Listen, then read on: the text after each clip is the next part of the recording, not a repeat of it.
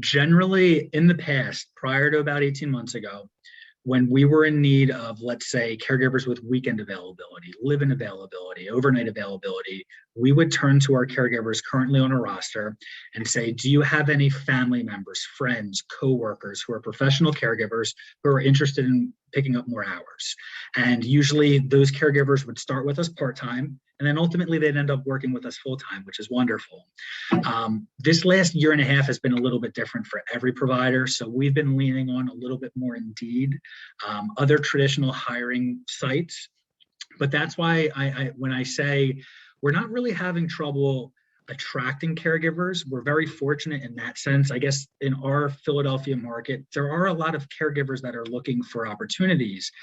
It's just a matter of identifying those wonderful caregivers. So you might have to vet 50, 80, 100 caregivers to find ultimately one caregiver who's a great match for your team.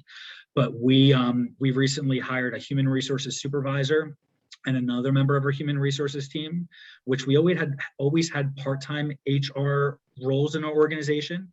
But the last year plus, we now have 2 full-time human resources roles just to address the recruitment, the onboarding, and to help with that retention piece.